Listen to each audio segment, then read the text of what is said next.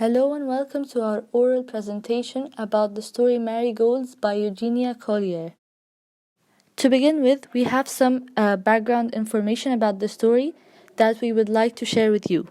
So first things first, the story takes place in rural Maryland during the Great Depression and also during the end of summer vacation. And the point of view in which the story was written is first person. The tone is a regretful tone, which the writer uses to write. And the themes that we have in this story is regret, guilt, confusion, and that adulthood comes with responsibility that childhood never had. The symbol in our story is the marigolds, which represent the only hope and beauty in Elizabeth's town. A quick synopsis about our story is that Elizabeth and her brother goof around in summer and like to bother Miss Lottie and her son a lot. And Elizabeth comes from a very poor family in which her mother is a domestic servant, however, her father is jobless. Elizabeth is a confused teenager where she is very confused about her emotions, and we can see that when she destroys Miss Lottie's marigolds as a way of showing her anger, which is catharsis. She's showing her the anger because she saw her father was upset that he was unable to take good care of his family, and she was always left alone with her brother without parental care or any attention from her parents. Elizabeth and her brother Joey hated those marigolds so much, Mrs. Lottie's marigolds. And Elizabeth was very ashamed of herself after destroying the marigolds in Miss Lottie's garden. Next, we are going to be looking into the characters' traits, and we're going to be starting with our main character, Elizabeth, which is a dynamic character. She's a 14-year-old girl who comes from a poor family in rural Maryland, and she faces a lot of changes in her personality, which is basically maturing. Then we have Joey, her brother, which is a flat character. He is Elizabeth's younger brother and immature as well. Then we have Miss Lottie, which is Elizabeth's poor neighbor who grew marigolds, which later on we see Elizabeth destroying them. Then we have Elizabeth's parents. Marigolds includes various literary devices, some of which are imagery, metaphor, and simile. Imagery's example is, open quotation marks, all that I seem to remember is dust, the brown, crumbly dust of late summer, arid, sterile dust that gets into the eyes and makes them water, close quotation marks, which describes her childhood memories and shows how she thinks of the hometown that she spent her youth in. On to the metaphor's example, which is open quotation marks. Memory is an abstract painting, close quotation marks, which describes that memories aren't as clear or vivid as the actual situation, and that the actual situation occurring in real life is way different than what we seem to remember. Simile. Simile's example is, open quotation marks, I was running as if the Furies were after me, close quotation marks, which describes how violently she was running. And Furies mean wild or violent anger, which shows how aggressively Elizabeth was running. The important quotations in Marigolds were, example number 1, open quotation marks, the depression that gripped the nation was no new thing to us, for the black workers or rural Maryland had always been depressed, close quotation marks, which describes how depressing the time was and shows how sad and oppressed that time era was, since black people were used as slaves and they were used to being treated poorly since they were African American. And on to example number 2, open quotation, marigolds are known for their hardiness, close quotation.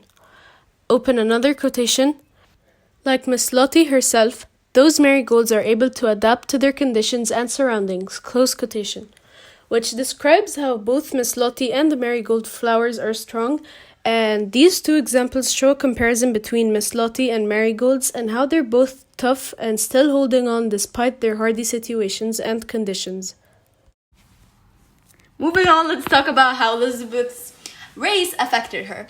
So some of you guys might not know this, but in 1930, millions of Americans were unemployed because they couldn't find a job, they couldn't earn a job, and it was really hard for them. And they were really affected by the weak economy. So imagine this scenario with me in your head. A girl walks into a shop and asks for a job. She's really experienced and she's really good overall. But you turn her down because guess what? Her skin is darker than yours. So basically that was how society moving. So if you guys would refer to lines 24 to 28, we can notice how her tone is very sarcastic towards white people because she believes that since the day they were born, they got everything they wanted and on a silver platter. She's very envious of them because she never actually got to experience that. And she simply doesn't have respect for white people because she thinks just because they don't go through what she goes through on a daily basis, then they're less than her. So if you guys would refer to lines 262 to 264, we can see that her family is slowly falling apart. She's never seen a man cry. Her father is crying because he couldn't find a job. He couldn't even afford anything for his wife.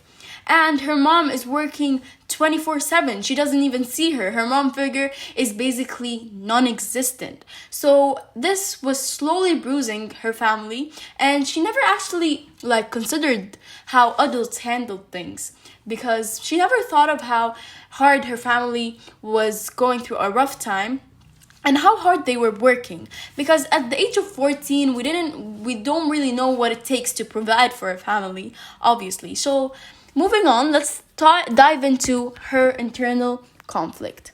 Now, her internal conflict is very clear, and it's an internal conflict that we all actually go through at some point in our lives, better now than never. So her life and her color forced her to grow up in this box, this society box. People looked at her weird. You are not supposed to do that because guess what? You're black. You're not supposed to look like that. Blah, blah, blah. That's all she heard.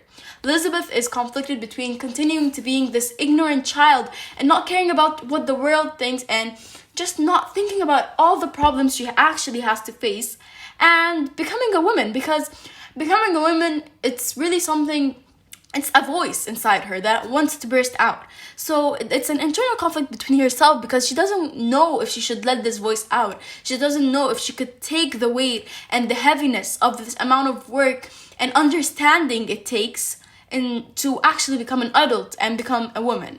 Or she can just be a kid and go to Mrs. Lottie's house and throw rocks. So that's the main internal conflict. Now, even though Elizabeth lives in a box and believes she's really controlled by society and society sees her as a puppet, now the marigolds in Miss Lottie's porch symbolize that there's a light in every tunnel. No matter how dark the tunnel is, no matter who you are, no matter what color your skin is, you will always get there. You will always find a way because nothing is impossible. So basically the marigolds growing in this decayed place show that even though it's a decayed place, it's very bad. It's in very bad condition, but Miss Lottie doesn't care. The marigolds they're so beautiful compared to the decayed grass around them. So that's basically what Elizabeth feels, because now she's going to start to grow her own marigolds and understand the world from a different perspective, and that's really the goal we're reaching. Thank you for listening and have a great day.